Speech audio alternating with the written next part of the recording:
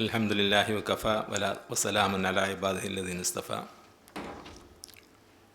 വേദിയിലിരിക്കുന്ന മഹത്തുക്കളെ, സദസ്സിലിരിക്കുന്ന സുഹൃത്തുക്കളെ, സഹോദരന്മാരെ, അസ്സലാമു അലൈക്കും വറഹ്മത്തുള്ളാഹി വബറകാതുഹു. ജമീൽ പറഞ്ഞതിൽ നിന്നൊക്കെ ഒരുപാട് കിഴിക്കേണ്ടി വരും എന്ന് ഞാൻ ഇവിടെ നിങ്ങളുടെ മുമ്പിൽ നിന്ന് സംസാരിക്കുമ്പോൾ കഴിയുമ്പോൾ നിങ്ങൾക്ക് മനസ്സിലാകും. ഞാൻ ഈ പരിപാടിയിൽ നിന്ന് ഒഴിഞ്ഞു മാറാൻ പരമാവധി ശ്രമിച്ച് പരാജയപ്പെട്ടതിന് ശേഷമാണ് ഇപ്പോൾ ഇവിടെ വന്ന് നിങ്ങളുടെ മുമ്പിൽ നിൽക്കുന്നത്.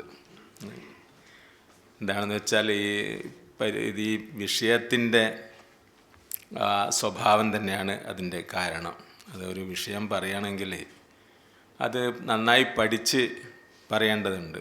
അബ്ദുറഹ്മാൻ സാഹിബ് ഒരു ഡിപ്പാർട്ട്മെൻറ്റിൻ്റെ ഹെഡാണ്. അദ്ദേഹം നിരന്തരം ഈ ആദി വിഷയങ്ങളൊക്കെ തന്നെ കൈകാര്യം ചെയ്തുകൊണ്ടിരിക്കുന്ന ആളാണ്.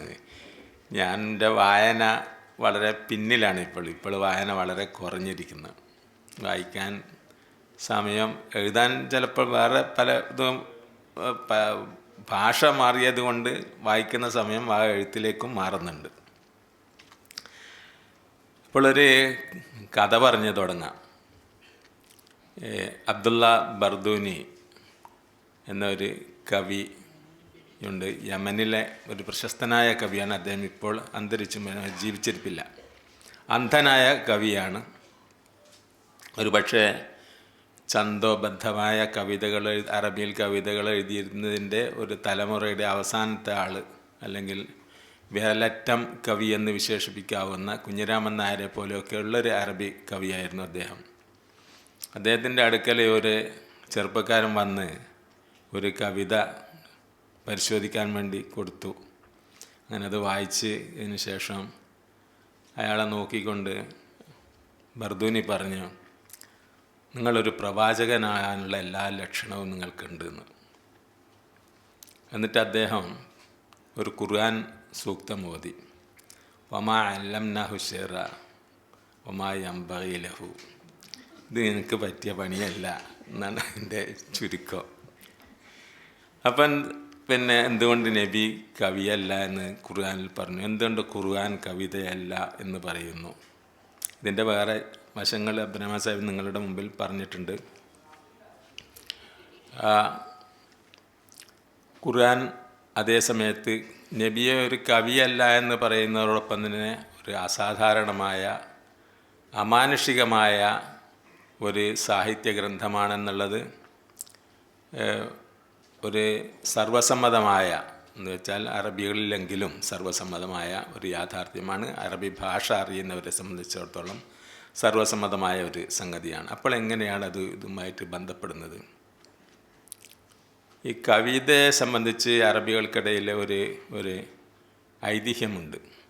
അത് കവികൾക്ക് എങ്ങനെയാണ് കവിത വരുന്നതെന്ന് വെച്ചാൽ, അത് വാദിൽ അബക്കർ എന്ന് പറയുന്ന ഒരു താഴ്വരയുണ്ട്. ആ താഴ്വര ജിന്നുകളുടെ താഴ്വരയാണ്. അതിൽ നടക്കുമ്പോൾ ഇവർക്ക് ഈ ജിന്ന് കൂടുകയാണ്. അങ്ങനെയാണ് ഈ കവിത വരുന്നത് എന്ന് ഒരു സങ്കല്പം, ഒരു ഐതിഹ്യം അറബിയിലുണ്ട്. അബക്കർ എന്ന് പറഞ്ഞാൽ നിങ്ങൾക്ക് അറബി അറിയുന്നവർക്ക് അതിൻ്റെ അർത്ഥം അറിയാം. അബക്കരിയ എന്ന് പറഞ്ഞാൽ പ്രതിഭ എന്നാണ് അതിൻ്റെ അർത്ഥം. അതിൻ്റെ ആ പ്രതിഭ ഉണ്ടാകുന്ന ഒരു ജിന്ന് ഇവരുടെ ആവേശിച്ചിട്ടാണ് ഉണ്ടാകുന്നതെന്നാണ് അതിൻ്റെ സങ്കല്പം.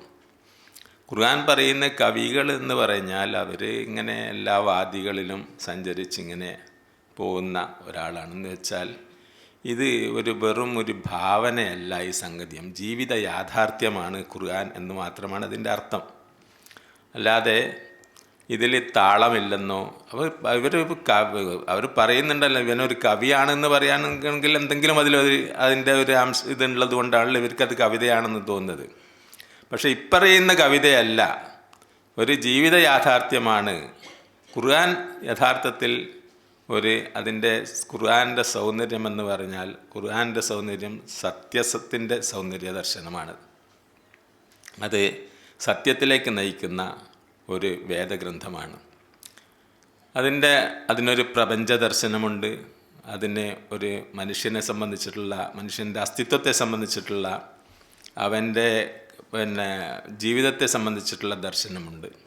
ഇതൊക്കെ അടങ്ങുന്നതിൽ ഇതിൻ്റെ അവൻ്റെ സിദ്ധികളും സർഗശേഷികളും ഒക്കെ അടങ്ങുന്ന ഒരു സമഗ്രമായ എല്ലാം പിന്നെ ഉൾക്കൊള്ളുന്നതായ മനുഷ്യനെയും മനുഷ്യൻ ഉൾക്കൊള്ളുന്ന പ്രപഞ്ചത്തെയും ഉൾക്കൊള്ളുന്ന ഒരു ദാർശനിക ഗ്രന്ഥമാണ് ഖുർആൻ.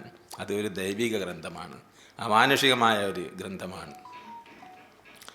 ഖുർആനിൽ തന്നെ പറയുന്നുണ്ടല്ലോ, പിന്നെ ഒലോഹന്ന മാഫിൽ അർലിമിൻ ശജറത്തിൻ അഖ്ലാമും വൽ ബഹറു യമുദ്ദുഹു മിൻ ബഅദിഹി സബഅത അബ്ഹുറിൻ മാ നഫിദത് കലിമാത്തുല്ലാഹ്. ഈ ലോകത്ത് പ്രപഞ്ചത്തിലുള്ള എല്ലാ വൃക്ഷങ്ങളും തൂലികകളാവുകയും സമുദ്രത്തിൻ്റെ പുറമേ 7 സമുദ്രങ്ങളുടെ മഷിയിലൂടെ എഴുതിയാലും നിൻ്റെ നാഥൻ്റെ വിധാതാവിൻ്റെ വചനങ്ങൾക്ക് അവസാനമില്ല എന്നാണ് പറയുന്നത്. എന്ന് വെച്ചാൽ ഈ നേരത്തെ അബ്ദുറഹ്മാൻ സാഹിബ് പറഞ്ഞതുപോലെ ഖുർആൻ്റെ വ്യാഖ്യാനം എന്ന് പറഞ്ഞാൽ ഏറ്റവും വലിയ വ്യാഖ്യാതാവ് ഖുർആൻ്റേത് കാലമാണ് എന്നാണ് അതിൻ്റെ അർത്ഥം. എന്ന് വെച്ചാൽ നിങ്ങൾക്ക് ഇതിൽ നിന്ന് ഈ മഹാസമുദ്രത്തിൽ നിന്ന് എത്ര എടുത്താലും തീരാത്തത്ര മുത്തുകൾ ഇതിൻ്റെ അന്തർഭവിച്ചിരിക്കുന്നു. ഓരോരുത്തർക്കും അവരവരുടേതായ രീതിയിൽ അതിൽ നിന്ന് നിങ്ങൾക്ക് ആ നിധിശേഖരങ്ങൾ ശേഖരിച്ചെടുത്ത് ജീവിതത്തിലേക്ക് സാർത്ഥകമാക്കാൻ സാധിക്കുന്ന ഒരു മഹാഗ്രന്ഥമാണ് ഇത് എന്നാണ് അതിൻ്റെ ഒരു ചുരുക്കത്തിൽ പറയാവുന്നത്. ഈ ഖുർആൻ്റെ ഇജാസിനെ സംബന്ധിച്ച്, ഇജാസ് എന്നാണ് അതിന് അറബിയിൽ പറയുക, അമാനുഷികമായ ഒരു മനുഷ്യന് സാധിക്കുന്നതല്ല ഈ ഖുർആൻ്റെ ഭാഷ എന്ന് പറയുന്നത്. അതിൻ്റെ താളം, പിന്നെ അതിലെ ഇപ്പോൾ നേരത്തെ ആദം സാഹിബ് പറഞ്ഞില്ല അതിൻ്റെ ചിത്രീകരണങ്ങൾ. ഈ സയ്യിദ് ഖുത്ബ് ഖുർആനിലെ മഷാഹിദുൽ ഖിയാമ ദിനത്തെ സംബന്ധിച്ചിട്ടുള്ള ദൃശ്യങ്ങൾ എന്ന് പറഞ്ഞിട്ടുള്ള ഒരു ഗ്രന്ഥം തന്നെ എഴുതിയിട്ടുണ്ട്. അതിലെ ആ ചിത്രീകരണങ്ങൾ സയ്യിദ് ഖുത്ബ് സ്ഥലത്ത് അലാ ഷഫാ ഹുഫ്രത്തി മിനന്നാർ എന്ന് പറഞ്ഞ അതിനെ സംബന്ധിച്ച് പറഞ്ഞപ്പോൾ എൻ്റെ മനസ്സിൽ അക്കലൊക്കെ ഉണ്ടാകുമ്പോൾ അതിലെ ഒരു കാപട്യത്തെ സംബന്ധിച്ചിട്ടുള്ള ഒരു ചിത്രീകരണമാണ്. ഒരു മനുഷ്യൻ ഇങ്ങനെ ഒരു പർവ്വതത്തിൻ്റെ മുകളിലുള്ള ഒരു പാറ അതിങ്ങനെ പിന്നെ ഇതിലെ അതിൻ്റെ പാതാളത്തിലേക്ക് പിന്നെ അടിയിലേക്ക് വീഴാൻ നിൽക്കുന്ന ഒരു പാറൻ്റെ തെല്ലിൽ നിന്ന് ഒരാൾ നിസ്കരിക്കുന്നതാണ് എൻ്റെ മനസ്സിൽ വരിക എന്ന് സയ്യിദ് ഖുത്ബ് അതിനെ സംബന്ധിച്ച് എൻ്റെ മനസ്സിൽ അങ്ങനെയാണ് ഇത് വരുമ്പോൾ ചിത്രീകരണം ഉണ്ടാവുന്നതെന്ന് പറയുന്നുണ്ട്. അപ്പോൾ പിന്നെ ഈ ഖുർആനെ സംബന്ധിച്ച് നേരത്തെ വലീദ് ബിൻ മുഗീറ എന്ന് പറയുന്നത് അവിടുത്തെ ഏറ്റവും വലിയൊരു സാഹിത്യകാരനാണ്. അദ്ദേഹത്തെയാണ് ഖുറൈശികൾ ഇതിനെ പരാജയപ്പെടുത്താൻ വേണ്ടി ചെല്ലാം പോയി നബിയുമായി സംസാരിച്ചപ്പോൾ നബി ഖുർആൻ ഓതിക്കൊടുത്തപ്പോൾ അതിന് ശേഷം തിരിച്ചു വന്ന് പറയുന്നത്, ഇത് നിങ്ങൾ പറയുന്നത് എനിക്ക് പിന്നെ സാഹിത്യം എന്താണെന്നറിയാം, കവിത എന്താണെന്നറിയാം, ജ്യോതിഷം എന്താണെന്നറിയാം, പക്ഷേ അതൊന്നുമല്ല ഇത്, അതിൽ നിന്നൊക്കെ അതീതമായ എന്തോ ഒരു വിശേഷപ്പെട്ട ഒരു സംഗതിയാണ് ഇതെന്ന് പറയുന്നുണ്ട്. അപ്പോൾ ഈ ഇജാസിനെ സംബന്ധിച്ച് തന്നെ ഒരുപാട് ഗ്രന്ഥങ്ങൾ അറബിയിൽ ഉണ്ട്. ഞാനതൊന്നും വായിച്ചുകൊണ്ട് പറയുന്നതല്ല. അബ്ദുൽ ഖാദർ ജിർജാനിൻ്റെ ഗ്രന്ഥം സാധാരണ ഉദ്ധരിക്കപ്പെടുന്നതാണ്. അതൊക്കെ മാറ്റി നിർത്തിയാൽ ഏറ്റവും ആധുനികനായ അഡോണിസ് എന്ന് പറയുന്ന കവി, അറബിയിലെ ഇന്നത്തെ ഏറ്റവും പ്രസിദ്ധനായ ഒരു കവിയാണ് അഡോണിസ് എന്ന ആധുനിക കവികളിൽ വളരെ പ്രശസ്തനാണ്. ജീവിച്ചിരിക്കുന്ന കവിതകൾ അദ്ദേഹം ഒരുപാട് പ്രായമായി 80-90 എത്തിയിട്ടുള്ള ഒരാളാണ്. ആശാൻ അവാർഡ് വാങ്ങാൻ ഇവിടെ വന്നിരുന്നു കേരളത്തിൽ. അപ്പോൾ അദ്ദേഹം എന്നെ ഫോൺ ചെയ്തിരുന്നു, നീ എന്താ ഇവിടെ കാണാത്തതെന്ന് ചോദിച്ചിട്ട്. അപ്പം കുറച്ച് പുസ്തകങ്ങളായിട്ട് വന്നതായിരുന്നു. ഞാൻ അദ്ദേഹത്തെ കണ്ടത് ദോഹയിൽ നിന്ന് ഉള്ള ഒരു പിന്നെ അവിടുത്തെ ഒരു ബുക്ക് ഫെയറിൽ അദ്ദേഹം പ്രധാന അതിഥിയായി വന്നപ്പോഴായിരുന്നു കണ്ടിരുന്നത്. അപ്പോൾ അന്ന് അദ്ദേഹം കവിതകൾ ചൊല്ലുകയും അദ്ദേഹത്തിൻ്റെ കവിത വേറൊരു സ്ത്രീ ആലപിക്കുകയും ഒക്കെ ചെയ്യുന്ന ഒരു പീഠത്തിലിരുന്നിട്ട് ഇതാണ്. അപ്പോൾ ഞാൻ ഇദ്ദേഹത്തിനൊരു ഇത് വരുന്നെന്നറിഞ്ഞപ്പോൾ എന്നെ ഇമെയിൽ ചെയ്തിരുന്നു. അതിൻ്റെ അടിസ്ഥാനത്തിലാണ് വിളിച്ചത്. അപ്പോൾ ഞാൻ വളരെ ദൂരെയാണ്, തിരുവനന്തപുരത്ത് എത്താൻ കഴിയില്ല എന്ന് പറഞ്ഞപ്പോൾ അദ്ദേഹം പറഞ്ഞു, എന്നാലും നമ്മൾ റൂഹൽ ഒന്നാണ് എന്ന് പറഞ്ഞ അദ്ദേഹം. അപ്പോൾ ഞാൻ പറഞ്ഞു, നഹ്നു റൂഹാനി ഹലൽന ഫി ബദൻ എന്ന് തിരിച്ച് പറഞ്ഞപ്പോൾ അദ്ദേഹം ചിരിച്ചു. ഈ അഡോണിസ് എന്ന് പറയുന്നത് വിശ്വാസിയല്ല. അദ്ദേഹത്തിന് മതത്തിലൊന്നും വലിയ വിശ്വാസമില്ല. മതാതീതമായ ആത്മീയത എന്നൊക്കെ പറയുന്ന ഒരു സംഗതി അദ്ദേഹം ഈ സൂഫി ഈ സാഹിത്യത്തിലൊക്കെ വലിയ താല്പര്യമുള്ള ആളാണ്. അത് നമ്മുടെ നാട്ടിലും അങ്ങനെ ഉണ്ടല്ലോ. മതമൊന്നും ഇല്ലാത്തവർക്കും സൂഫിസം ഭയങ്കര വലിയ സാധനമാണ്, വലിയ മതിപ്പാണ് എന്ന് വെച്ചാൽ വളരെ അരാജകമായി ജീവിക്കാൻ പറ്റിയ ഒരു സിദ്ധാന്തമാണത്.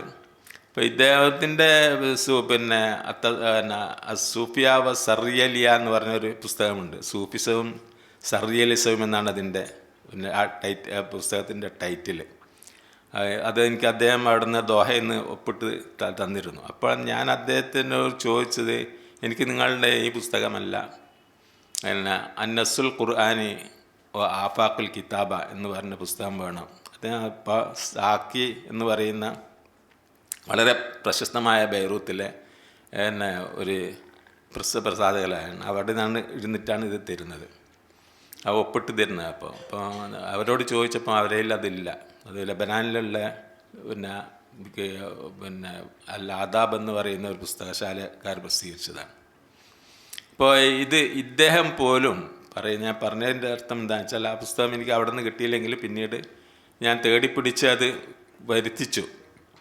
അതിൽ ഈ ഖുർആൻ്റെ പാഠങ്ങളും എഴുത്തിൻ്റെ ചക്രവാളങ്ങളും എന്നാണ്.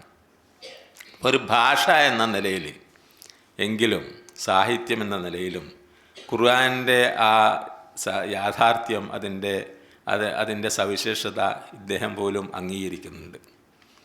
ലബനാനിലൊക്കെ ഈ ഡോക്ടർ ഇസാഖ് മൂസ അലിസാൻ തോന്നുന്നു അദ്ദേഹം എഴുതിയതായ എൻ്റെ ഓർമ്മയിൽ, അവിടെയുള്ള ക്രിസ്ത്യൻ സെമിനാരികളിലൊക്കെ അല്ലെങ്കിൽ ക്രിസ്ത്യൻ പാഠശാലകളിലൊക്കെ അറബി ഭാഷ പഠിക്കുന്നതിൻ്റെ ഇതോടൊപ്പം തന്നെ അത് പഠിക്കാനുള്ള ഒരു ഉപാധികളിൽപ്പെട്ട ഒന്നാണ് ഖുർആൻ കൂടി പഠിക്കുക എന്നുള്ളത്. ഭാഷ പഠിക്കാൻ വേണ്ടി എങ്കിലും ഖുർആൻ പഠിക്കണം എന്നുള്ളത്. അപ്പോൾ ഖുർആനിലൂടെ ഒരുപാട് പിൽക്കാലത്താണ് ഇതിൻ്റെ നഹ്വി അബു അൽ അസ്വദ് ദുവലിയൊക്കെ വ്യാകരണമുണ്ടാക്കി. അങ്ങനെ വ്യാകരണത്തിൻ്റെയും പിന്നെ അറബി ഭാഷയുടെയും ഒക്കെ തന്നെ മാനദണ്ഡം ആയിട്ട് ഇത് മാറുന്നുണ്ട്. ഈ പ്രവാചകൻ കവിയല്ല എന്ന് പറയുന്ന, ഖുർആൻ കവിയല്ല എന്ന് പറയുന്നതോടൊപ്പം തന്നെ പ്രവാചകന് അദ്ദേഹത്തിന് എഴുത്തും വായനയും അറിയില്ല. ഖുർആൻ്റെ തന്നെ ഒരു വിശേഷത പിന്നെ ഇഖ്റ ബിസ്മി റബ്ബിക്കല്ലദീ അല്ലമ ബിൽ ഖലം എന്നാണ് പറയുന്നത്. കലമും കിതാബും രണ്ടും ഖുർആൻ്റെ ഒരു പ്രത്യേക സംഗതിയാണ്. ആദ്യത്തെ വഹിയിൽ തന്നെ പറയുന്നത്, വഹി തന്നെ ഇറങ്ങുന്നത് വായനയ്ക്കാനും വേണ്ടിയാണ്. തൂലികയെ പറ്റിയാണ് അതിൽ പരാമർശിക്കുന്നത്. അപ്പോൾ പിന്നെ സൃഷ്ടിയെ സംബന്ധിച്ച് ഖുർആനിൽ പറയുമ്പോൾ പിന്നെ ഇന്നി ജായിലും ഫില്ലി ഖലീഫത്തൻ എന്ന് പറഞ്ഞ ആയത്തിൽ പറയുന്നത് മലക്കുകൾ ചോദിക്കുന്നത്, നഹ്നു നുസബ്ബിഹു ബിഹംദിക വ നുഖദ്ദിസ് ലക, ഞങ്ങൾ നിന്നെ പ്രകീർത്തിക്കുകയും നിനക്ക് വേണ്ടി 24 മണിക്കൂറും ആരാധനയിലൊക്കെ മുഴുകി നിനക്ക് സുജൂദും പ്രണാമവും ഒക്കെ അർപ്പിച്ചിരിക്കും, പിന്നെ വേറെ ഒരു സൃഷ്ടി എന്തിനാണ് നിനക്കെന്നാണ് ചോദിക്കുന്നത്. അപ്പോൾ ഇത് വെറും ഒരു ഇബാദത്ത് ചെയ്യുക എന്നുള്ളതിനല്ല മനുഷ്യനെ ഇവിടെ സൃഷ്ടിച്ചിരിക്കുന്നത്. ഇബാദത്ത് എന്ന് പറയുന്നതിന് വേറെ ഒരു മാനം കൂടിയുണ്ട് എന്നാണ് അതിൻ്റെ അർത്ഥം. ഒരു ആത്മീയമായ ജീവി ആയിട്ടല്ല മനുഷ്യൻ ഇവിടെ ഉള്ളത്, ഭൗതികവും ആത്മീയവുമായ ഒരു സമന്വയത്തിലോടുകൂടിയുള്ള. അങ്ങനെയാണെങ്കിൽ മലക്കുകൾ തന്നെ മതിയായിരുന്നല്ലോ. എൻ്റെ ദൈവത്തിന് അവനെ പ്രകീർത്തിക്കാൻ വേണ്ടി ഉള്ള ആളാണെങ്കിൽ, അങ്ങനെയാണെങ്കിൽ സൂഫികൾ പറയുന്ന പോലെ അങ്ങനെ ഉള്ള ആണ് ജീവിതമെങ്കിൽ അത് മലായിക്ക തന്നെ മതി, മനുഷ്യനിവിടെ ആവശ്യമില്ല. മനുഷ്യനിവിടെ തഅമീറുൽ അർദ്, ഈ ഭൂമിയുടെ നാഗരികവൽക്കരണത്തിൻ്റെ ദൗത്യം, അതാണ് ഈ ഖിലാഫത്തുമായിട്ട് ബന്ധപ്പെട്ട ഒരു പ്രധാനപ്പെട്ട ദൗത്യം. അങ്ങനെയുള്ളൊരു ജീവിതാവിഷ്കാരം ഖുർആൻ തന്നെ. അപ്പോൾ ഈ സാഹിത്യവും അല്ലെങ്കിൽ എഴുത്തും പിന്നെ കലയും സാഹിത്യവും ഇതൊക്കെ മതവുമായി വളരെ ബന്ധപ്പെട്ട സംഗതി തന്നെയാണ്. ബൈബിളിൽ ആദിയിൽ ഉണ്ടാകുന്നത് വചനമാണ്. ആദിയിൽ വചനമുണ്ടായി. അപ്പോൾ ഇതാറാത്ത ചെയ്യാൻ ഒരു സൃഷ്ടി ഉണ്ടാവാൻ അല്ലാഹു ഉദ്ദേശിച്ചാൽ കുൻ ഫയക്കുൻ, നീ ഭവിക്കുക, അപ്പോൾ അത് ഉണ്ടായി എന്നാണ്. അപ്പോൾ വചനത്തിലൂടെയാണ് ഈ സൃഷ്ടി തന്നെ, ഈ പ്രപഞ്ചം തന്നെ ഉണ്ടായിരുന്നെന്ന് ഖുർആനും അംഗീകരിക്കുന്ന ഒരു സംഗതിയാണ്. ഇബ്നു അറബി ഈ കൗന് എന്ന് പറയുന്ന പ്രപഞ്ചം എന്നതാണ് കൗനിൻ്റെ അർത്ഥം. കൗനിൻ്റെ നിഷ്പത്തി കുൻ എന്നുള്ളതിൽ നിന്നാണെന്നാണ് പറയുന്നത്. അപ്പോൾ അത് ഈ വളരെ പരസ്പര ബന്ധിതമായ, സാഹിത്യത്തിനും ഇതിനൊക്കെ വളരെ പ്രാധാന്യമുള്ള എഴുത്തിൻ്റെയും കലയുടെയും ഒക്കെ വളരെ പ്രാധാന്യമുള്ള ഒരു മതം തന്നെയാണ് ഇസ്ലാം. നബി കവിയല്ല എന്ന് പറയുന്നതോടൊപ്പം തന്നെ നബിക്ക് കവിത വളരെ ഇഷ്ടമായിരുന്നു.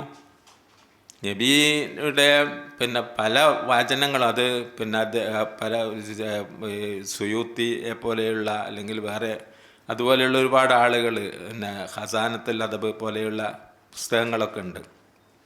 അതിലൊക്കെ നബിയുടെ സാഹിത്യ സംബന്ധിയായ നബിക്ക് ഒരുപാട് സ്ലാങ്ങുകൾ അറിയാമായിരുന്നു. അറബിയിലുണ്ടല്ലോ, നേരത്തെ അദ്ദേഹം പറഞ്ഞില്ലേ അറബി ഏകീകരിച്ചു എന്ന് പറഞ്ഞ്. അദ്ദേഹം ഓരോ പ്രാദേശിക ഭാഷാ ഭേദങ്ങളൊക്കെ അദ്ദേഹത്തിന് അറിയാമായിരുന്നു. അദ്ദേഹം ഒരു കൂട്ടർ വന്നിട്ട് അമിനംബിർ അംസിയാം ഫിംസഫർ എന്ന് ചോദിച്ചപ്പോൾ നബി പറഞ്ഞ ലൈസമിംബിർ അംസിയാം ഫിംസഫർ. അപ്പോൾ അവിടെ അല്ല എന്നുള്ള ഇതല്ല അവരെ ഉപയോഗിക്കല്, അന്നാണ്. അല്ല എന്നുള്ളതിന് പകരമൊക്കെ അൽ എന്നാണ് ഉള്ളതിന് അന്നാണ് അന്നാണ് ഉപയോഗിക്കുക. അതേ ഭാഷയിൽ നബി പറഞ്ഞു എന്ന് പറയുന്നുണ്ട്. നബിയോട് ചോദിക്കുന്നുണ്ട് സഹാബികൾ, നിങ്ങൾ എങ്ങനെയാണ് ഇങ്ങനെയൊക്കെ ഇത്ര വലിയ സമ്പുഷ്ടമായ ഭാഷ എങ്ങനെയാണ് നിങ്ങൾക്ക് കൈവരിച്ചത്? അദ്ദേഹം പറയുന്നു, അന ഉഅ്തീതു ജവാമിഉൽ കലീം, എനിക്ക് വചന സാര സമ്പൂർണത ലഭിച്ച വ്യക്തിയാണ്. ദൈവികമായ മില്ലദുന്നിയായ ആ ഒരു സിദ്ധി ലഭിച്ച ആളാണ്. നബി തന്നെ പറയുന്നു, ഇന്നൽ ബയാനി ല സിഹ്റൻ വ ഇന്ന ഫിശ്ശിഅരി ല ഹിക്മ. കവിയല്ല എന്ന് പറയുന്നത് നബിയാണ് പറയുന്നത്. ഈ ഭാഷണം അല്ലെങ്കിൽ ആഖ്യാനത്തിൽ അതിലൊരു മാസ്മരികതയുണ്ട്, അതുപോലെ കവിതയിൽ തത്വജ്ഞാനമുണ്ട് എന്ന്. നബി ഈ ഉമയ്യത്ത് ബിൻ അബു സൽത്തിൻ്റെ ഹൻസ എന്ന വളരെ പ്രസിദ്ധയായ കവയിത്രിയാണ്. ഹൻസ ഈ മുഅല്ലക്കയിൽ അവിടെയുള്ള ഈ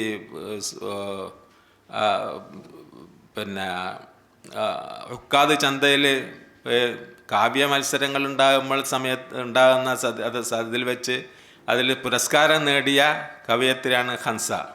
ഹൻസായിൻ്റെ വിലാപകാവ്യങ്ങൾ അറബി കവിതയിൽ വളരെ പ്രസിദ്ധമാണ്. അങ്ങനെ ഹൻസായിൻ്റെ അവർ വിശ്വാസിയായ സ്ത്രീയായിരുന്നു, സഹാബിയായിരുന്നു. അവരുടെ സഹോദരൻ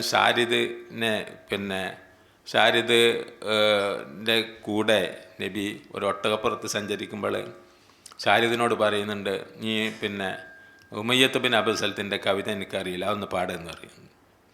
അങ്ങനെ പാടുക 100 കാഫിയകളൊക്കെ പാടി. ഇങ്ങനെ ഇദ്ദേഹം ഒരു പഴയ ജാഹിലിയ കവിയാണ് എന്ന് മാത്രമല്ല ഇസ്ലാമിനൊക്കെ എതിർത്തൊരാളൊക്കെയാണ്. എന്നിട്ട് നബി പറഞ്ഞതെന്താ വെച്ചാൽ, ചങ്ങായിൻ്റെ കവിത മുസ്ലിമായിട്ടുണ്ട്, ഓൻ്റെ കൽബ മുസ്ലിമായില്ല എന്നാണ് പറഞ്ഞത്. അപ്പോൾ കവിതയോടുള്ള അത് അദ്ദേഹം മക്ക വിജയകാലത്ത് രാജ്യദ്രോഹികളായി പ്രഖ്യാപിക്കപ്പെട്ട കഅബ് ബിൻ സുഹൈർ അദ്ദേഹത്തോട് പറഞ്ഞു, ഈ പോയിട്ട് നബിൻ്റെ അടുത്ത് പോയി ഒരു മാപ്പൊക്കെ പറഞ്ഞാളാ, ചിലപ്പം രക്ഷപ്പെട്ടു പോകുമെന്ന് പറഞ്ഞപ്പോൾ 2-3 പേര് മാത്രമേ അന്ന് വധിക്കാൻ വേണ്ടി പ്രഖ്യാപിച്ചിട്ടുള്ളൂ. അത്രയും കൊടും ദ്രോഹം ചെയ്ത ആളുകൾ എന്ന നിലയിൽ കുറ്റവാളികളായ, നമ്മുടെ ഇന്നത്തെ ഭാഷയിൽ പറഞ്ഞാൽ യുദ്ധക്കുറ്റവാളികളായി പ്രഖ്യാപിക്കപ്പെട്ട 2-3 പേരാണ് അന്നുണ്ടായിരുന്നത്. അതിൽ തന്നെ ഇക്രിമത്ത് ബിൻ അബീ ജഹൽ രക്ഷപ്പെട്ടു. ഇക്രിമ പോവുകയായിരുന്നു, നാടൊക്കെ വിട്ടിട്ട് എവിടെ യമനിലേക്ക് പകുതി വൈക്കെത്തിയപ്പോഴാണ് കണ്ട് പറഞ്ഞ്, ഈ പൊട്ടത്തരം ചെയ്യേണ്ട, പോയിക്കോ. നബിയെ വളരെ ദയാലുവായ മനുഷ്യനാണ്, അദ്ദേഹം എനിക്ക് മാപ്പ് തരുമെന്ന് പറഞ്ഞ് തിരിച്ചുപോയി മാപ്പ് വാങ്ങിയിരിക്കുന്നു. അതുപോലെയാണ് കഅബ് ബിൻ സുഹൈർ. ബുർദ എന്ന കവിത നമുക്കൊക്കെ എല്ലാവർക്കും അറിയുന്നതാണ്. അദ്ദേഹം പോയി അവിടെ ആ ഒരു പ്രണയ ഈ നബിയുടെ അടുത്ത് പോയിട്ട് ചെല്ലുന്ന കവിത ഏതാണ്? തൻ്റെ പ്രണയിനിയെ പോയതിലുള്ളത് ആ വിരഹാർത്ഥമായ കവിതയാണ് ചെയ്യുന്നത്. അപ്പോൾ അവിടെ പോയിട്ട് ചെയ്യുന്നത് ബാനത് സ്വാദ കൽബിൽ എല്ലോമ്മ മത്ബൂലു എന്ന് പറഞ്ഞിട്ട് ഞാൻ എൻ്റെ ആ വിരഹ ദുഃഖം പ്രകടിപ്പിച്ചുകൊണ്ട് അവസാനമാണ് ഇതിലേക്ക് നബിയിലേക്ക് അത് എത്തുന്നത്. അപ്പോൾ കൊലക്കയറ് വിധിച്ച അദ്ദേഹത്തിന് കൊടുക്കുന്നത് ഒരു പട്ട് പുതപ്പാണ്. പുതപ്പിച്ച് നമ്മൾ പിന്നെ പൊന്നാട അണിയിക്കുന്നു എന്ന് പറയുന്നില്ലേ, അതുപോലെ നബി അണിയിച്ച് മാപ്പ് കൊടുക്കുകയാണ്. അപ്പോൾ കവിതയും ഇത് അതിൻ്റെ ഷായറല്ല എന്നതിൻ്റെ അർത്ഥം കവിതയും ഇതുമായിട്ടൊന്നും ബന്ധമില്ല എന്നുള്ളതല്ല. പക്ഷേ പിന്നെ ഇത് സത്യമായ ഖുർആൻ ഒരു സാൻമാർഗിക ഗ്രന്ഥമാണ്. മനുഷ്യനുള്ള പിന്നെ ജീവിതത്തിൻ്റെ ആവിഷ്കരിക്കാനുള്ള ഒരു യഥാർത്ഥം നന്മയിൽ അധിഷ്ഠിതമായ ജീവിതം ആവിഷ്കരിക്കാനുള്ള ഒരു ഗ്രന്ഥമാണത്. അപ്പോൾ നമുക്ക് ആ സാഹിത്യത്തെ അല്ലെങ്കിൽ പിന്നെ കലകളെ പറ്റിയൊക്കെ പറയുകയാണെങ്കിൽ അതിൻ്റെ ഒരു ക്ലാസിഫിക്കേഷൻ നടത്തുകയാണെങ്കിൽ അത് നമുക്ക് ഇസ്ലാമിക എന്ന് പറഞ്ഞിട്ടുള്ളത് പറയാം. പിന്നെ അതുപോലെ ഒരു കേവല സാഹിത്യം, അതിൻ്റെ ലക്ഷ്യം എന്താണെന്ന് വെച്ചാൽ അതിൻ്റെ ആനന്ദമാണ്. ആനന്ദം നിഷേധിച്ചൊരു മതമല്ല ഇസ്ലാം എന്ന് പറയുന്നത്. നിങ്ങൾക്ക് പിന്നെ പെരുന്നാളിന് പാട്ടുപാടാം, അതുപോലെ തന്നെ സംഗീതം കേൾക്കുമ്പോൾ എന്ത് പിന്നെ ഇസ്ലാമാണ് വേണ്ടത്? അതൊരു നമ്മുടെ മനസ്സിനൊരു ആനന്ദം ഉണ്ടാവുകയാണ്. ഒരു ചക്രവാളത്തിൽ ഇങ്ങനെ പിന്നെ വിവിധ വർണ്ണങ്ങളിലുള്ള മേഘങ്ങളൊക്കെ കാണുമ്പോൾ നമുക്കൊരു മനസ്സിലൊരു സന്തോഷം ഉണ്ടാകുന്നു. അപ്പോൾ ഒരു ഓടക്കുഴൽ നാദം കേൾക്കുമ്പോൾ അതിൽ നമ്മുടെ മനസ്സിൽ ഒരു സന്തോഷം ഉണ്ടാകുന്നു. അത് പക്ഷേ ഇതൊക്കെ തന്നെ ഇസ്ലാമാണെന്നാണ് പറയുന്നത്. തിന്മ അല്ലാത്ത എന്തൊക്കെയുണ്ടോ അതൊക്കെ ഇസ്ലാം തന്നെയാണ് എന്ന് വെച്ചാൽ സെക്സ് പോലും ഇസ്ലാമാണ്. ഇപ്പോൾ ഒരു സഹാബി ചോദിച്ചു, നമ്മൾ പിന്നെ ഭാര്യമാരുമായിട്ട് സംസർഗം നടത്തുന്നതിൽ അതിൽ പുണ്യമുണ്ടെന്നാണ് നിങ്ങൾ പറയുന്നത് വെച്ചാൽ തീർച്ചയായും ഉണ്ട്. അത് മറിച്ച് ആണെങ്കിൽ അതിൽ ശിക്ഷയുണ്ട്. അപ്പോൾ ഇത് നന്മയാണ്, ഇതും ഒരു പുണ്യകർമ്മമായിട്ടാണ് അതിനെയൊക്കെ സെക്സ് പോലും പുണ്യകർമ്മമായിട്ടാണ് കരുതുന്നത്. അങ്ങനെ നോക്കുകയാണെങ്കിൽ ആ രീതിയിലുള്ള പല സൃഷ്ടികളും നമ്മൾ ഇസ്ലാമിക സൃഷ്ടി എന്ന് തന്നെയാണ് അതിനെപ്പറ്റിയൊക്കെ പറയേണ്ടത്. കവിതകളും അതിൽ വേറെ ഇസ്ലാമിനെ പറ്റി ഒന്നും പറയേണ്ടതില്ല. ക്ഷുദ്ര സാഹിത്യമല്ലാത്ത എല്ലാം തന്നെ അതൊക്കെ ഇസ്ലാമിക കല തന്നെയാണ്. ആ രീതിയിലാണ് ഇതിനെ സംബന്ധിച്ചുള്ള പിന്നെ പല ആളുകളും ഇതിൻ്റെ ഈ വിഷയം എഴുതിയ പിന്നെ മുഹമ്മദ് കുത്തുബിനെ പോലെയുള്ള ആൾ അദ്ദേഹം ടാഗോറിൻ്റെ പിന്നെ കവിതകളും പിന്നെ കഥകളുമൊക്കെ ഇസ്ലാമിക കഥകൾ എന്നാണ് അദ്ദേഹം പറയുന്നത്. അതുപോലെ വെസ്റ്റേണിൽ എഴുതിയ ആളുകളുടെ കവിതകൾ പിന്നെ നാടകങ്ങൾ അത് അദ്ദേഹം പറയുന്നത് ഇസ്ലാമികം തന്നെയാണെന്നാണ്. അപ്പോൾ ഇങ്ങനെയുള്ളൊരു ക്ലാസിഫിക്കേഷനാണ് ഇതിൽ പിന്നെ ഉണ്ടാവാനുള്ള ഒരു സംഗതി ഉള്ളത്.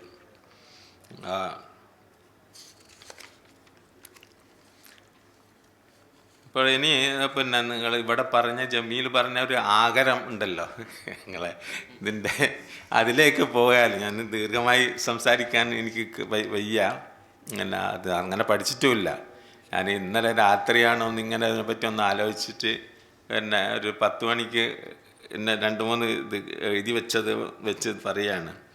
അപ്പോൾ അങ്ങനെ ഉള്ള മലയാളത്തിലേക്ക് വന്നാൽ മലയാളത്തിലെ ബൈബിളിൽ വെച്ചിട്ടുള്ള പരമേശ്വരൻ്റെ ഒക്കെ നോവലുകൾ, അതുപോലെ തന്നെ പിന്നെ പല നോവലുകളും, പിന്നെ ചിലത് ക്രിസ്ത്യൻ മൂല്യങ്ങൾ തന്നെയുള്ള കോവൂരിൻ്റെ കൊടുമുടികൾ പോലെയുള്ള നോവലുകളൊക്കെ ഉണ്ട്. ആ രീതിയിലുള്ള നോവലുകൾ അപ്പോൾ ഇവിടെ നേരത്തെ പറഞ്ഞ ഷംസുദ്ദീൻ്റെ ഒരു നോവൽ ഇവിടെ പറയുന്നുണ്ട്.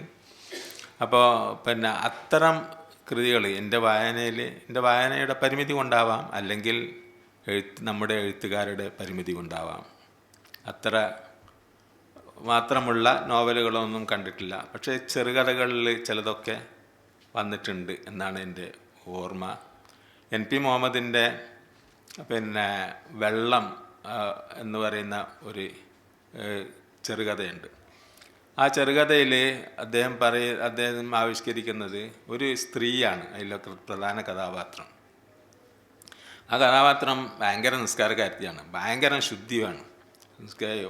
പിന്നെ വസുവാസിനോളം ബന്ധുന്ന പിന്നെ വെള്ളം അതിലൊക്കെ ഭയങ്കര ഇതൊക്കെ ആയിട്ട് അങ്ങനെയുള്ളൊരു സ്ത്രീയാണ്. അതിൻ്റെ ആ അന്തരീക്ഷ വർണ്ണ വളരെ ഭംഗിയായിട്ട് അദ്ദേഹം അതിൽ ചെയ്തു. ഒരു നീണ്ട കഥയാണത്. അപ്പോൾ അതിൽ പല കഥാപാത്രങ്ങളൊക്കെ വരുന്നുണ്ട്. പക്ഷേ ഈ സ്ത്രീൻ്റെ പിന്നെ പുള്ളി അവിടുന്ന് ആ കിണറ്റിന്ന് ഒരു തുള്ളി വെള്ളം ആരെയും കൊടുക്കൂല. അവിടെ വന്നാൽ വെള്ളത്തിന് ക്ഷാമമുള്ള സമയത്ത് അവർക്ക് വെള്ളം കൊടുക്കൂല. അവിടുത്തെ അയൽക്കാർക്കും അതൊന്നും അശുദ്ധാക്കാൻ വിടൂല, വെള്ളം കൊടുക്കൂല, ഇതാക്കൂല. അങ്ങനെയുള്ള ഒരു സ്ത്രീയുടെ ഒരു കഥയാണ് പറയുന്നത്. അവസാനം ഈ സ്ത്രീ മരിക്കുകയാണ്. മരിച്ചു നോക്കുമ്പോൾ ഇവരെ കുളിപ്പിക്കാൻ നോക്കുമ്പോൾ ഇവരെ കിണറ്റിലും വെള്ളം അവിടെ അടുത്തുള്ള വെള്ളം എല്ലാ കിണറ്റിലും വെള്ളം വറ്റിപ്പോയിരിക്കുന്നു. അപ്പം ഇത് പിന്നെ ഹദീസിലുള്ള ഒരു സ്ത്രീകളെ പറ്റിയിട്ടുള്ള ഒരു പൂച്ചൻ്റെ കഥയൊക്കെ ഉണ്ടല്ലോ. അപ്പം അതിൻ്റെ ആ ഒരു തീം എടുത്തുകൊണ്ടാണ് അദ്ദേഹം ഈ ഒരു കഥ ഉണ്ടാക്കിയതെന്നാണ് എനിക്ക് തോന്നിയത്. അപ്പോൾ അതുപോലെയുള്ള ഇപ്പോൾ ഏറ്റവും അടുത്ത് ഞാൻ വായിച്ച പിന്നെ കഥ സന്തോഷിച്ചിക്കാനത്തിൻ്റെ പിന്നെ എന്താ സുമർ എന്താ പേര് സുമറാമിൻ അങ്ങനെ ഒരു പേരാണ്, എനിക്കിപ്പോൾ ഓർമ്മ വരുന്നില്ല. അത് ഒരു കുട്ടിയാണ് അതിലെ കഥാപാത്രം.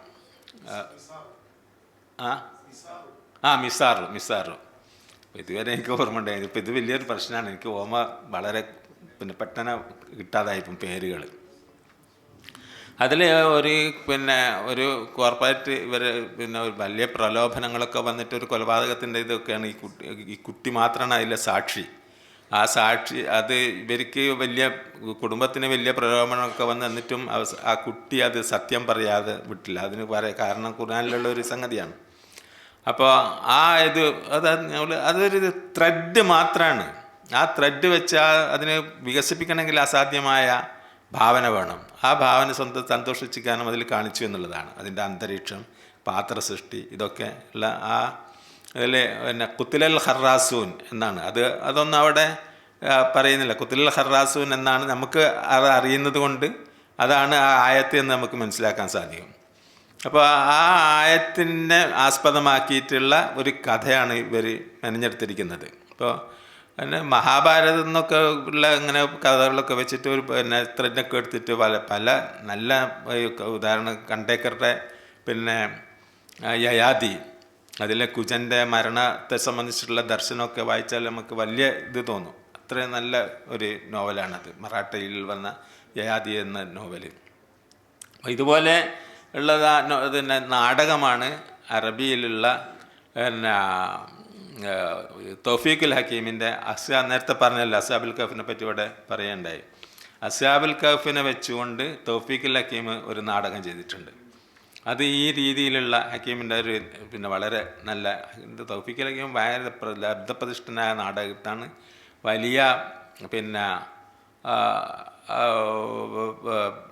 മാനങ്ങളുള്ള ദാർശനിക മാനമുള്ള എഴുത്തുകാരനാണ്. ചെറുകഥയാവട്ടെ, നോവലാവട്ടെ, പിന്നെ നാടകമാവട്ടെ, ഇതിലൊക്കെ അദ്ദേഹത്തിൻ്റെ കൈയുണ്ട്. അദ്ദേഹത്തിൻ്റെ വളരെ ദാർശനികമായിട്ടുള്ള വിശകലനങ്ങളുള്ള താദുലിയ എന്ന് പറഞ്ഞൊരു പുസ്തകമുണ്ട്. അതിൽ പിന്നെ ദ്വന്ദ്ങ്ങളെ സംബന്ധിച്ചിട്ടുള്ള ഒരു ദർശനമാണ് അതിൽ അദ്ദേഹം പിന്നെ അവതരിപ്പിക്കുന്നത്. അതിന് ആമുഖം എഴുതി കൊടുത്തത് സക്കി പിന്നെ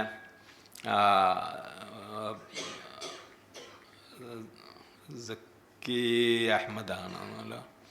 അതൊക്കെ ഈജിപ്തിലെ വലിയ ഒരു ഫിലോസഫറുണ്ട്, അദ്ദേഹമാണ് അതിൻ്റെ മുഖവുര എഴുതി കൊടുത്തത്.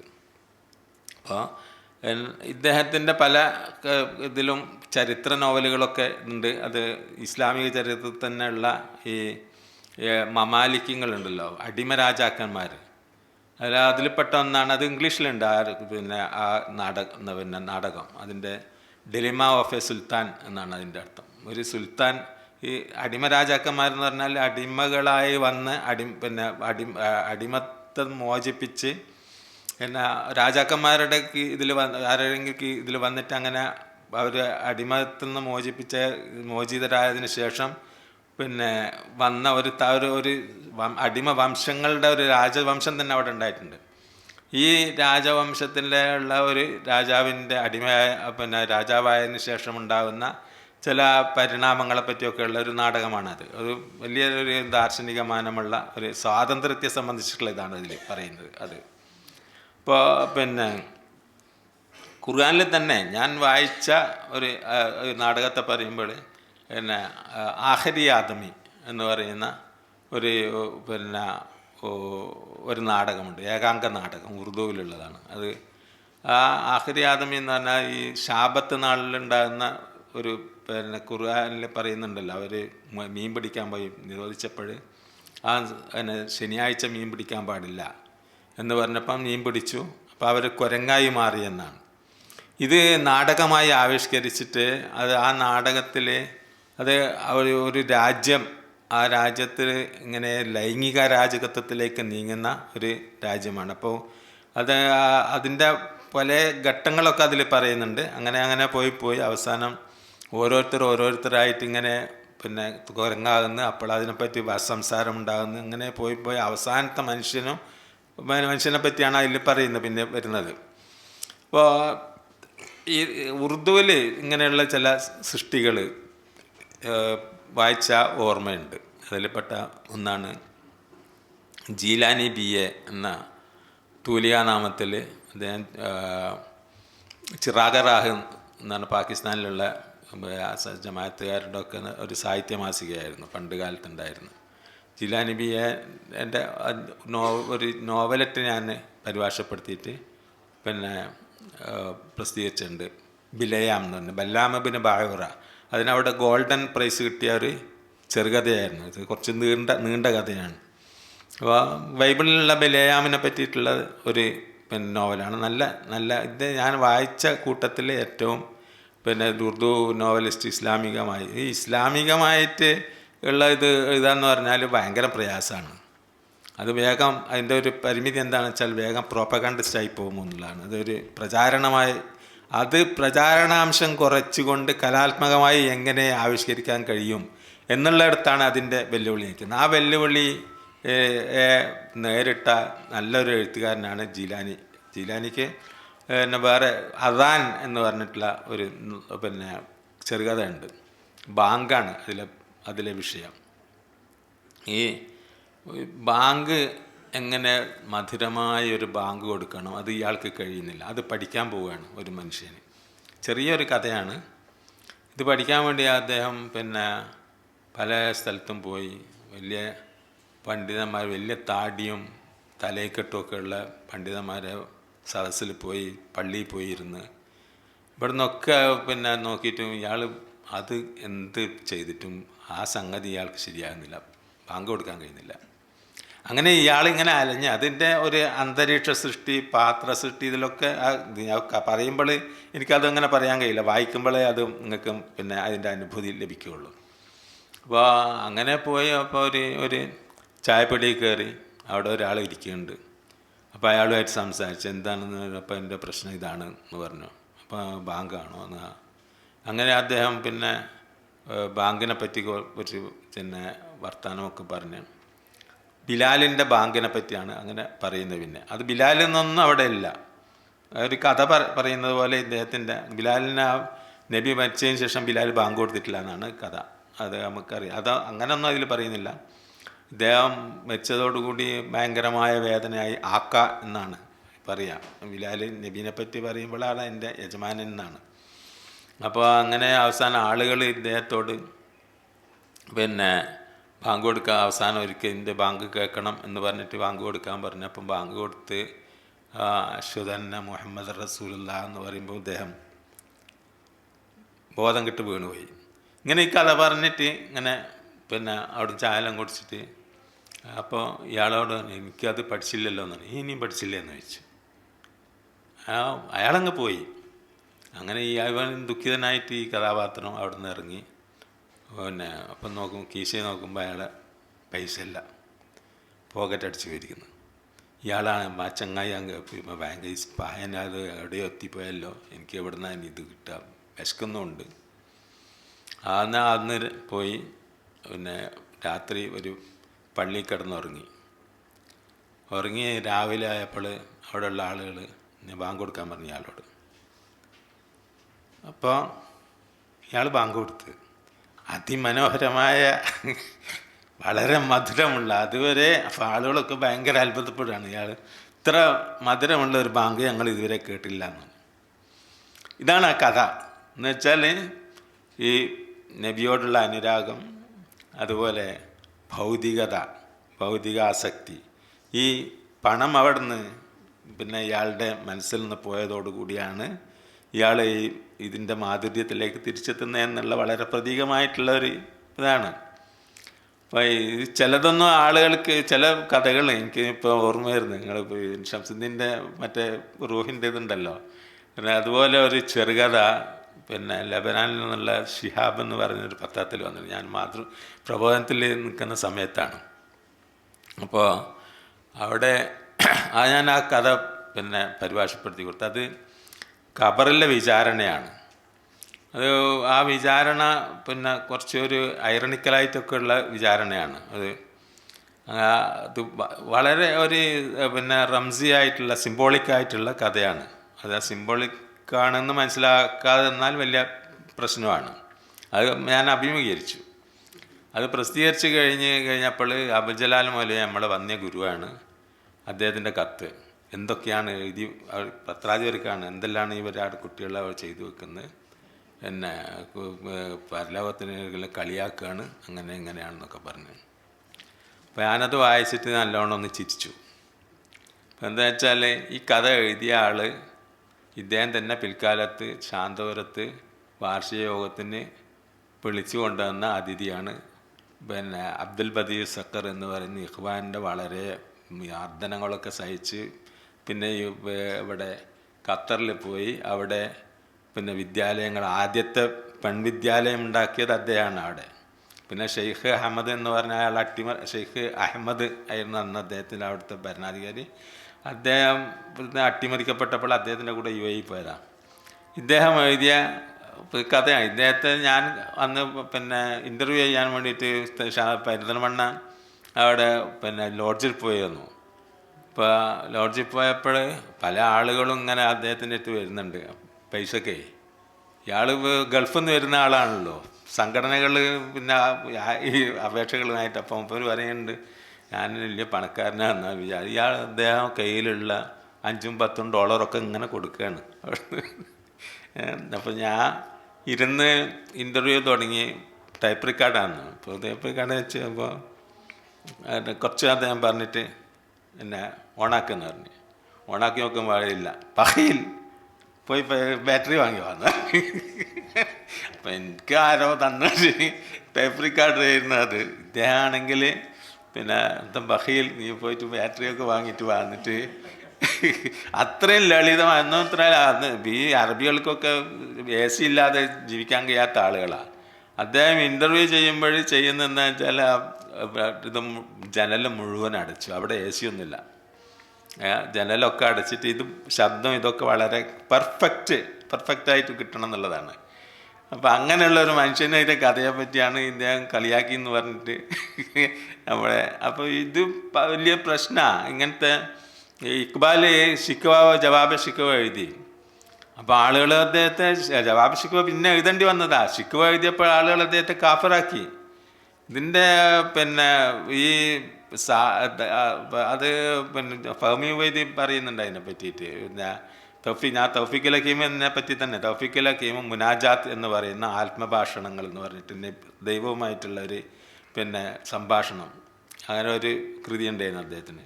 ഭയങ്കര ഒച്ചപ്പാടുണ്ടായി. അദ്ദേഹം പിന്നെ ദൈവനിന്ദ നടത്തി എന്ന് പറഞ്ഞിട്ട് ബ്ലാസ്ഫമിയാണ് എന്നൊക്കെ പറഞ്ഞിട്ട്. അപ്പോൾ ഇത് മനസ്സിലാക്കാനുള്ള പിന്നെ ഒരു സർഗാത്മകത ഇല്ലെങ്കിൽ ഫുഖഹാക്കൾക്കത് സാധിക്കില്ല. അവർ വേഗം ഇതിൻ്റെ അക്ഷരങ്ങളിലേക്ക് പോയി കളയും. ഇങ്ങനെയുള്ള അപകടങ്ങൾ ഉണ്ട്. ഇപ്പോൾ പിന്നെ ഞാൻ പറഞ്ഞ ജീലാനിൻ്റെ വേറൊരു ഉദാഹരണം കൂടി സമയം ഉണ്ടോ? എന്നാൽ പിന്നെ അതും കൂടി മാത്രം പറഞ്ഞിട്ട് നിർത്താം. അപ്പോൾ ജീലാനിൻ്റെ വേറൊരു കഥ ഉണ്ട്. അതിൻ്റെ പേര് നൂറെ ഇലാഹി എന്നാണ്. നൂറെ ഇലാഹി എന്ന് പറഞ്ഞാൽ മലയാളത്തിൽ പറഞ്ഞാൽ ദേവപ്രകാശ് എന്ന് വേണമെങ്കിൽ പറയാം.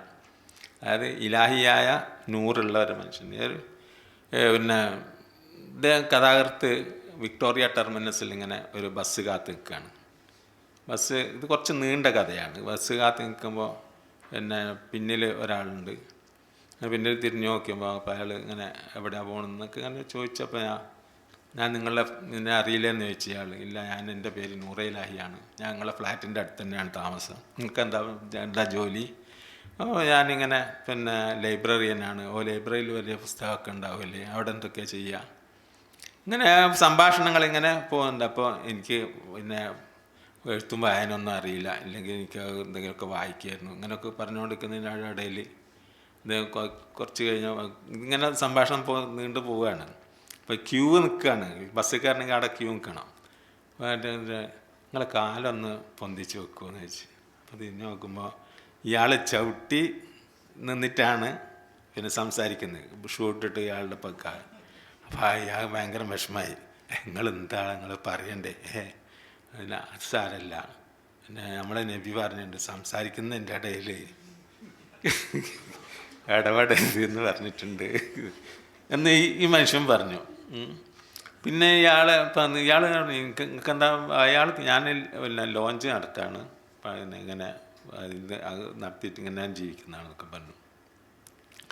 അങ്ങനെ പിന്നെ ഒരു ദിവസം അവിടെ നോക്കുമ്പോൾ പിന്നെ ഫ്ലാറ്റിൻ്റെ അവിടെ നിന്ന് ഇയാളിങ്ങനെ പിന്നെ അവിടെ ഇരുന്നിട്ട് പുകവലിക്കുകയാണ്. അപ്പം പുറത്ത് ഇയാളുണ്ട്, കുറേ കുട്ടികളുമുണ്ട്. അപ്പോൾ ഇയാളെ ഭാര്യ വന്നിട്ട് പറഞ്ഞ് നൂറയിലായിയാണ് അത്, അയാൾ കൂടെ കുട്ടികളൊക്കെ പിന്നെ ടൂറിന് പോവുകയാണ്, നമ്മളെ കുട്ടികളെയും പറഞ്ഞേക്കാണ്. പറഞ്ഞയച്ചു തന്നെ. അങ്ങനെ ആ കുട്ടികളെയൊക്കെ കൊണ്ടുപോകാൻ പോയി പണിക്ക് വന്ന് ഇതായ. അപ്പം അതിൻ്റെ ഇടയിൽ പിന്നെ ഇയാളെ മകന് പിന്നെ പനിച്ച് കിടന്ന് പോണ്ട് ഇയാളെ ഫ്ലാറ്റിൻ്റെ അടുത്ത് ഒരു സഞ്ചി നിറയെ പിന്നെ പഴങ്ങൾ ഈ കുട്ടിക്ക് കൊടുക്കാൻ വേണ്ടി അവിടെ വെച്ചിട്ട് പോയിരിക്കുകയാണ്. അപ്പോൾ ഇത് ഭാര്യനോട് വെച്ച് പിന്നെ അത് ആ മുപ്പര് കൊണ്ടുവച്ചതാണ് എന്ന്. അങ്ങനെ പിന്നെ ഒരു ദിവസം കഴിഞ്ഞ് നോക്കുമ്പോൾ ഭയങ്കര ഒച്ച അയാളെ ഫ്ലാറ്റിൽ നിന്ന്. അപ്പോൾ ഇയാളെ മകനുമായിട്ട് മകൻ ഭയങ്കര പിന്നെ അങ്ങോട്ടും ഇങ്ങോട്ടും ഒന്നുമില്ലോ, മകൻ ഇയാളെ പിന്നെ കുറേ പിന്നെ ശകാരിക്കും പോലെ സംസാരിക്കുകയാണ്. അപ്പോൾ പിന്നെ ഇയാൾക്ക് സംശയം, ഇയാളെന്ത് മനുഷ്യനാണ് ഇങ്ങനെ എന്താണോ. അങ്ങനെ അയാൾ ഫ്ലാറ്റിൽ പോയി അവിടെ ഇരുന്ന് അപ്പം ഒരേ ഭാഗത്തേക്ക് പോയി. അപ്പം ഈ മകൻ പറഞ്ഞു എന്താ ചെയ്യുക, പിന്നെ ഇവിടെ ഫർണിച്ചറൊന്നുമില്ല, എന്തല്ലോ ഫർണിച്ചറുകളൊക്കെയാണ്, പൈസ ഒക്കെ ഉണ്ടാക്കുന്നുണ്ട് നല്ലോണം, അതൊന്നും പിന്നെ വീട്ടിലൊന്നും ചിലവാക്കില്ല, അങ്ങനെ എങ്ങനെയാണ് ഒക്കെ കൂടി പറഞ്ഞ്. അപ്പോൾ പിന്നെ ഇയാൾക്ക് സംശയമായി, ഇയാളെന്താണ് ഈ പൈസ ഒക്കെ കാണിക്കുന്നത്, സാട്ട കളിക്കാനായിരിക്കും എന്നൊക്കെ വന്ന്. അപ്പോൾ പിന്നെ ഇയാൾ മനസ്സായിട്ട് പറഞ്ഞു കൊടുക്കുന്നു, ഇയാൾക്ക് വാപ്പാക്ക് വന്ന് സംഗതികളൊക്കെ പറഞ്ഞു കൊടുക്കുന്നൊക്കെ പറഞ്ഞു. അങ്ങനെ മുപ്പര് ചായ ഒക്കെ വന്ന് കുടിച്ച് പോയി. അങ്ങനെ പോയി. പിന്നെ അതുപോലെ തന്നെ ഒരു ദിവസം ഇതുപോലെ അന്ന് പിന്നെ മൗലിദ് ഷെരീഫാണ്, പിന്നെ നബിദിനത്തിൻ്റെ അന്നാണ്. അപ്പോൾ അവിടെ എല്ലായിടത്തും വെളിച്ചവും പിന്നെ വിളക്കൊക്കെ കത്തിച്ച് വലിയ ആഘോഷം ഇങ്ങനെ നടക്കുകയാണ്. അപ്പോൾ അത് ഇവിടെ ഈ വീട്ടിൽ മാത്രം അതില്ല. അപ്പോൾ അത് ഇയാൾ മകനിങ്ങനെ പറഞ്ഞു. അപ്പോൾ ഇയാളെ വിളിച്ചിട്ട് ഇത് നല്ലൊരു ദിവസമല്ലേ, ഇതിന് ഇങ്ങനെയൊക്കെ ഉണ്ടോ, പൈസ വെറുതെ എന്തിനാണ് ആക്കുന്നത്, ഇതിനൊക്കെ അല്ലേ ചിലവാക്കേണ്ടി. അപ്പോൾ ഇതിന് നല്ലത് എന്തെങ്കിലും അന്നദാനം നടത്തുകയാണ്, ഇങ്ങനെ വിളക്ക് കത്തിച്ച് എന്താ കാര്യമെന്ന് വെച്ച് ഇയാൾ വാപ്പ. അപ്പോൾ പിന്നെ എന്നാൽ പിന്നെ അത് ചെയ്യാമെന്ന് പറഞ്ഞു. അപ്പോൾ ആർക്കാണ് അത് കുറച്ചാൾക്ക് കൊടുത്തിട്ട് എന്താ കാര്യം, എല്ലാവർക്കും കൊടുക്കുകയാണെങ്കിൽ എല്ലാവർക്കും കൊടുക്കണം എന്ന് തന്നെയാണ്. ഇങ്ങനെ പോയി നീണ്ട അതിൻ്റെ ഒരുപാട് പറഞ്ഞാൽ തീരില്ല, അങ്ങനെ പറഞ്ഞാൽ നിങ്ങൾക്ക് അതിൻ്റെ രസം കിട്ടില്ല, അത് വായിക്കുക തന്നെ വേണം. അവൻ പോയ അവസാനം പിന്നെ ഒരു ദിവസം പിന്നെ നോക്കുമ്പോൾ ഈ വീട്ടിൽ കുറേ ആളുകളൊക്കെ ഉണ്ട് വന്നിട്ടുണ്ട്. പിന്നെ അപ്പോൾ ഫ്ലാറ്റിൽ പോയി നോക്കുമ്പോൾ ഇയാൾ മരിച്ചു പോയിരിക്കുന്നു, മുരലായി മരിച്ചു പോയിരിക്കുന്നു. എന്താണ് ഇയാളോട് ചോദിച്ച്, മകൻ പറഞ്ഞ് ഇങ്ങനെ എന്താണ് സംഭവം, മരിച്ച് ഒരു ആളുമായിട്ട് ലോഞ്ചിനെ കൊടുക്കാൻ വേണ്ടി വാടക ഒക്കെ ഉറപ്പിച്ച് സംഗതിയൊക്കെ തയ്യാറാക്കിപ്പോയി. എന്നിട്ട് പിന്നെ അയാൾ പറഞ്ഞ് ഞാൻ പിറ്റേ ദിവസം ഇന്ന സ്ഥലത്ത് വരാമെന്ന് പറഞ്ഞിട്ട് പോയതാണ്. അപ്പോൾ അയാളെയും കാത്ത് അവിടെ നിന്ന് ഭയങ്കര മഴ പെയ്ത് പിന്നെ പനിച്ചു. ഞാൻ ആസ്പത്രിയിൽ കൊണ്ടുപോയി. അപ്പം ഡോക്ടർ പറഞ്ഞ് ഡബിൾ ന്യൂമോണിയാണ്, വലിയ രക്ഷ ഉണ്ടാവില്ല എന്ന് പറഞ്ഞ് അങ്ങനെ മരിച്ചു പോയതാണെന്ന് പറഞ്ഞു. അപ്പോൾ പിന്നെ ഇപ്പം ഇയാൾ ചോദിച്ചു, നിങ്ങൾ അങ്ങനെ അവിടെ നിന്ന് നിങ്ങൾ പറഞ്ഞില്ലേ, ഞാൻ ചോദിച്ചു എന്തിനാ നിങ്ങൾ അവിടെ അങ്ങനെ മഴ കൊണ്ട് നിന്ന്. അതങ്ങനെ ഞാൻ അയാളോട് വാക്ക് പറഞ്ഞതാണ്. അപ്പം അങ്ങനെ പറഞ്ഞു, ഞാൻ വാക്ക് പറഞ്ഞതാണ്, ആ വാക്ക് എനിക്ക് പാലിക്കാതിരിക്കാൻ പറ്റില്ല, അതുകൊണ്ട് എനിക്ക് അങ്ങനെ ആണ് പനിച്ചിട്ട് തിരിച്ചു വരുന്നത് എന്നാണ് പറഞ്ഞതെന്ന് പറഞ്ഞു. അങ്ങനെ മറവാടമൊക്കെ ചെയ്ത് കഴിഞ്ഞ് അതിന് ശേഷം പിന്നെ ഇയാൾ ഈ മകന് പറഞ്ഞു നിങ്ങൾക്ക് തരാൻ വേണ്ടി ഒരു പുസ്തകം തന്നിട്ടുണ്ടെന്ന് പറഞ്ഞു. അങ്ങനെ ആ പുസ്തകം കൊണ്ട് കൊടുത്തു. ഇയാൾ ഇതൊക്കെ നോക്കിയപ്പോൾ കുറേ ആളുകളെ പേര് അഡ്രസ്സ് ഒക്കെ ഉണ്ട് എഴുതിയിട്ടുണ്ട്. അതിൻ്റെ ഇടയ്ക്കൊക്കെ ഓരോ ഹദീസുകളുണ്ട് അങ്ങനെ അതിൻ്റെ ഇടയിലൊക്കെ. പിന്നെ കുറച്ച് ഓരോ 15 ഉറുപ്യ 20 ഉറുപ്യ എന്നൊക്കെ ഉള്ള കുറേ സംഖ്യകളൊക്കെ അവിടെ ഒക്കെ ഉണ്ട്. ഇങ്ങനെ ഇയാൾക്ക് ഇതൊന്നും തിരിഞ്ഞില്ല. ഇയാൾ എന്തിനാണ് എനിക്ക് ഇത് തന്നതെന്ന് വിചാരിച്ച് അയാൾ പിന്നെ അവിടെ വെച്ചു. അതിന് ശേഷം വേറൊരാൾ അവിടെ വന്നു. അപ്പോൾ വന്ന് പിന്നെ മകൻ്റെ അടുത്ത് വന്നിട്ട് മകൻ്റെ അടുത്ത് വന്ന് നിങ്ങൾക്ക് എന്തെങ്കിലും തന്നിട്ടുണ്ടോ എന്നൊക്കെ ചോദിച്ചു. അയാൾ ബാപ്പ എന്തെങ്കിലും പറഞ്ഞോ എന്ന് ചോദിച്ചപ്പോൾ ഇനിയൊരു പുസ്തകം തന്നിട്ടുണ്ട്, അത് ഞാൻ ഇയാൾക്ക് കൊടുക്കണമെന്ന് പറഞ്ഞിട്ടാണ് തന്നത്, അയാൾക്ക് കൊടുത്തെന്ന് പറഞ്ഞു. അങ്ങനെ അയാളെ അടുത്ത് പോയി. അപ്പോൾ ഇയാൾ സംശയിക്കുന്നത് എന്താ വെച്ചാൽ ഇയാൾക്ക് എന്താണ് എന്തോ ദുർനടപ്പ്, ഈ പെണ്ണുങ്ങൾക്കൊക്കെ പൈസ അയക്കുന്നുണ്ട് ഇല്ലേ, കുറേ പെണ്ണുങ്ങളെ പേരുണ്ട്. ഇതെന്താ അപ്പം ചിലപ്പോൾ ഇയാൾക്ക് സാട്ടകളി ഉണ്ടോ, എന്താണ്, അല്ലെങ്കിൽ വേശ്യകളായിട്ട് ബന്ധമുണ്ടോ എന്നൊക്കെയുള്ള സംശയമാണ് ഇയാളെ പറ്റിയിട്ട്. അങ്ങനെ ഈ മനുഷ്യൻ വന്നപ്പോൾ അയാൾ പറഞ്ഞ് ഇങ്ങനെ പിന്നെ ആ പുസ്തകം എനിക്കൊന്ന് കാണിച്ചു തരുമെന്ന് ചോദിച്ചു. അങ്ങനെ പുസ്തകം കാണിച്ചു കൊടുത്തു. നിങ്ങൾക്ക് എന്തിനാ പുസ്തകം എന്ന് ചോദിച്ചു. നിങ്ങൾ എന്തിനാണ് ആ പുസ്തകം, നിങ്ങൾ പറയാതെ ഞാൻ അങ്ങനെ അയാൾ തന്ന പുസ്തകം തരില്ല എന്നാണ്. അപ്പോൾ അയാൾ പറഞ്ഞു ഞാൻ പിന്നെ ഇന്ന നാട്ടുകാരനാണ്, എനിക്ക് ജോലിയോ, ഞാൻ സിനിമ കമ്പം കൊണ്ട് ബോംബെയിൽ വന്നതാണ്. ബോംബെയിൽ വന്നിട്ട് സിനിമയിൽ കയറാൻ വേണ്ടി വന്നപ്പോൾ അത് പെട്ടെന്നൊന്നും നടക്കുന്നില്ല. അങ്ങനെ വിഷമിച്ച് നിൽക്കുന്ന സമയത്ത് പോസ്റ്റ് ഓഫീസിൽ വന്ന സമയത്ത് ഈ മനുഷ്യൻ അവിടെ വന്നു. അപ്പം എന്നോട് പറഞ്ഞ് ഇതൊന്ന് മണി ഓർഡർ അഡ്രസ്സ് എഴുതി തരുമെന്ന് വെച്ച്. അങ്ങനെ അഡ്രസ്സ് എഴുതി കൊടുത്ത് ഞാൻ അഡ്രസ്സ് എഴുതി കൊടുത്ത് പിന്നെ റെമിറ്റർ അഡ്രസ്സ് എന്താണെന്ന് ചോദിച്ചു. അത് ഒന്നും വേണ്ട, ഈ കെയർ ഓഫ് പിന്നെ ഈ പോസ്റ്റ് ഓഫീസിൻ്റെ പേര് വെച്ചിട്ട് അയച്ചാൽ മതി എന്നാണ്. അങ്ങനെ അത് അയച്ചു. അപ്പോൾ ഇയാളോട് ചോദിച്ചു എന്താണ് എൻ്റെ പ്രശ്നം എന്ന് ചോദിച്ചു. അപ്പോൾ ഇങ്ങനെ ഇയാൾ പ്രശ്നമൊക്കെ പറഞ്ഞു. ഈ വാന്ന് പറഞ്ഞ് അങ്ങനെ ഇയാളെ ലോഞ്ചിൽ പണി കൊടുത്ത് കുറച്ച് കഴിഞ്ഞപ്പോൾ അത് അവിടെ ഛർദിയും കടലിൽ ഇതാണ് അങ്ങനെയൊക്കെ കൂടിയായിട്ട് എനിക്ക് ആ പണി ശരിയാകുന്നില്ല. അങ്ങനെ അവനെ കൊണ്ടുപോയിട്ട് ഒരു സൈക്കിൾ ഷാപ്പിൽ കൊണ്ടുപോയി ആക്കി. ആ സൈക്കിൾ ഷാപ്പ് നിന്നിട്ട് അവനെ പുരോഗമതി പ്രാപിച്ച് സൈക്കിൾ പാർട്സ് വിൽക്കുന്ന അങ്ങനെയൊക്കെ ഒരു ബിസിനസ്സിലും ഭയങ്കരമായിട്ട് ഇതായി. അപ്പോഴൊക്കെ ഇയാൾ ഇടയ്ക്ക് വരും, ഇങ്ങനെ ഈ സാധനങ്ങളൊക്കെ കുറേ ആളുകൾക്ക് 15 റുപ്യ 20 റുപ്യ കുട്ടിയൊക്കെ ഉള്ളത് അങ്ങനെയൊക്കെ ഇതിങ്ങനെ അയച്ചുകൊണ്ട് നിൽക്കും, മണി ഓർഡർ അയച്ചു എന്നിട്ട് ഇയാളെ എടുത്താൽ വരിക. അപ്പോൾ ഈ ഹദീസുകളും ഇങ്ങനെ എഴുതിക്കും. അപ്പോൾ പിന്നെ ഹദീസ് നിർത്തി. അപ്പോൾ ഞാൻ ഇയാളോട് ചോദിച്ചു അത് ഹദീസ് പിന്നെ എഴുതാത്തതെന്ന് വെച്ചാൽ അത് മതി എന്നെ, അതൊക്കെ ഞാൻ മനപ്പാടാക്കി കഴിഞ്ഞ് ഇനി അത് പിന്നെ നടപ്പിലാക്കുക വേണ്ടത്, ഇനി വേറെ ഇപ്പോൾ ഒന്നും വേണ്ടില്ല എന്ന് അങ്ങനെ പറഞ്ഞിട്ടാണ് പോയതെന്ന്. അങ്ങനെ അപ്പം നോക്കുമ്പോൾ ഇയാൾ ഒരുപാട് ആളുകളെ സഹായിക്കുകയാണ്. ഈ സംഗതി മനസ്സിലായി, ഇതൊന്നും ആരോട് പറയൂലേ, ഈ ആളുകൾ എവിടെയാണെന്നുള്ളതും എന്താണ് എന്നുള്ളതൊന്നും ഇവനെ അറിയില്ല. ഇവനോട് ഇത് ചെയ്യിക്കും, എഴുതിക്കും, ഇയാൾക്ക് എഴുത്തും വായന അറിയില്ല. അങ്ങനെ അപ്പോൾ പിന്നെ ഈ പുസ്തകം അപ്പോൾ ഇയാളോട് പറഞ്ഞു എനിക്ക് ആ പുസ്തകം ഇങ്ങോട്ട് തരുമെന്ന് പറഞ്ഞു. അതെന്തിനാ എനിക്കെന്ന് പറഞ്ഞു. അപ്പോൾ ഇങ്ങനെ ഒരു മനുഷ്യന്, അതും ബോംബെ പോലെയുള്ളൊരു നഗരത്തിൽ നമുക്ക് സങ്കല്പിക്കാൻ കഴിയില്ല. അത് ഇനി അതായത് ആ മനുഷ്യനോട് കൂടി അത് അവസാനിക്കാൻ പാടില്ല എന്ന് അവസാനിക്കുകയാണെങ്കിൽ ഞാൻ പിന്നെ എന്തിനാണ് ഇവിടെ ജീവിക്കുന്നത്? അതുകൊണ്ട് അത് അവസാനിക്കാതിരിക്കാൻ വേണ്ടിയാണ് ഞാനത് ഏറ്റെടുത്തു എന്ന് പറഞ്ഞിട്ട്. അപ്പോൾ ഇതിൻ്റെ അവസാനിപ്പിക്കുന്നത് ഇയാളുടെ പിന്നിൽ നിന്ന് വേറൊരു നൂറയിലാഹി ഇങ്ങനെ വരുന്നതായി കഥാകൃത്ത് കാണുന്നതായിട്ടാണ് അവസാനിപ്പിക്കുന്നത്. അപ്പോൾ ഇതിൻ്റെ സംഗതി പിന്നെ എന്താണെന്ന് വെച്ചാൽ ഇതൊരു ഹദീസാണ്. ഈ ഒരു ഹദീസിൻ്റെ ത്രെഡ് വെച്ചിട്ടാണ് പിന്നെ ഈ കഥ അയാൾ മെനഞ്ഞുണ്ടാക്കിയത്.